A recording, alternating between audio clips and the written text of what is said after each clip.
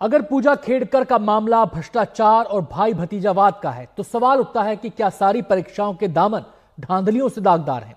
Doctor बनने के लिए होने वाली नीट यूजी परीक्षा से लेकर सिपाही भर्ती और शिक्षक भर्ती तक में कैसे कैसे घोटाले सामने आ रहे हैं, ये जग जाहिर है।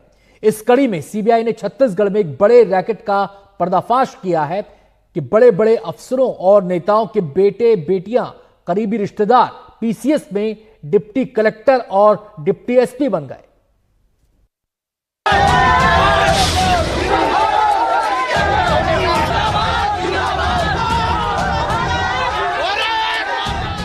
जुलाई को जो हंगामा महाराष्ट्र की पूजा खेड़कर को लेकर मचा है, हूबहू तो नहीं लेकिन कुछ वैसा ही हंगामा 17 मई तक छत्तीसगढ़ में मचा था।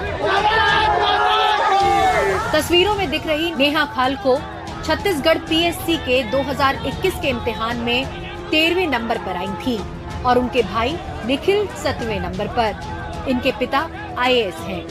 सवाल ये उठा कि इनका चयन सही है या कुछ गड़बड़ है।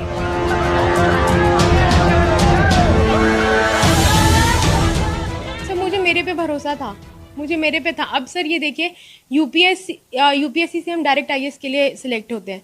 यूपीएससी के डायरेक्ट आईएएस के बराबर की जो नौकरी है वो स्टेट एडमिनिस्ट्रेटिव सर्विस है। इवेंचुअली आप एक समय के बाद प्रमोट होकर आईएएस ही बनेंगे। तो मुझे ऐसा लगता था it is the easiest way to go ahead. तो फिर इसीलिए मैंने ये ऑप्शन चुना। अब इसमें मेरी गलती कहाँ पर है कि मेरा सरनेम खलको है सर।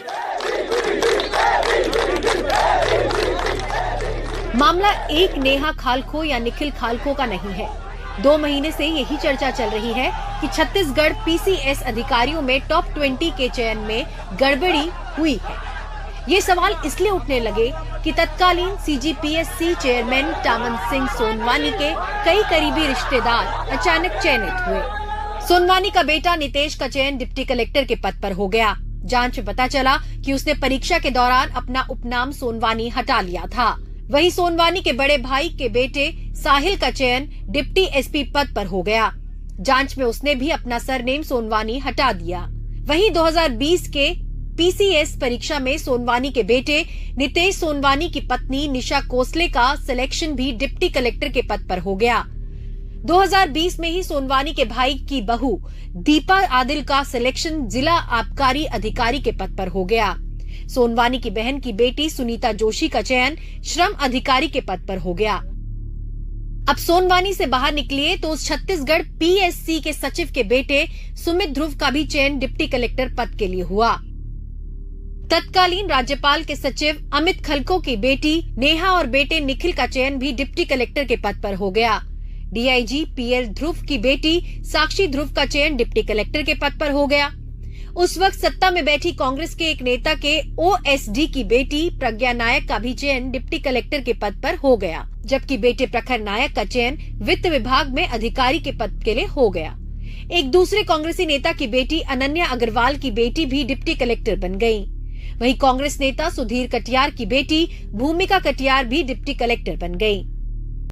कांग्रेस नेता ओएसडी के साड़ू भाई की बेटी खुशबू बिजौरा का चयन भी डिप्टी कलेक्टर के पद के लिए हो गया। कांग्रेस नेता राजेंद्र शुक्ला की बेटी स्वर्णिम शुक्ला भी डिप्टी कलेक्टर बन गई।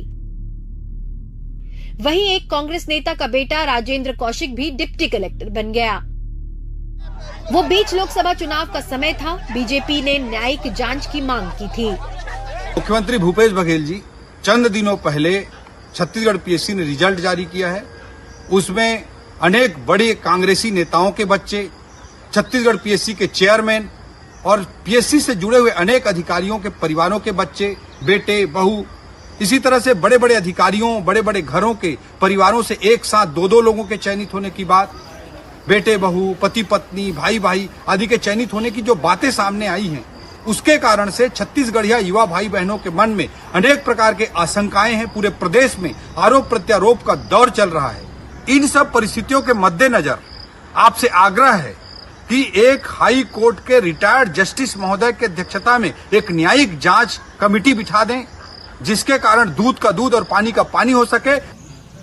आखिर एक के बाद एक बड़े अधिकारियों और कांग्रेस नेताओं के बेटे बेटियों और रिश्तेदारों का डिप्टी कलेक्टर और डिप्टी एसपी बनने का मामला महज संयोग है या भ्रष्टाचार का नया प्रयोग, ये जांच से ही पता चलेगा। ताजा अपडेट ये है कि सीबीआई ने छत्तीसगढ़ EOW से जांच अपने हाथ में ले ली है। Bureau report, NDTV India.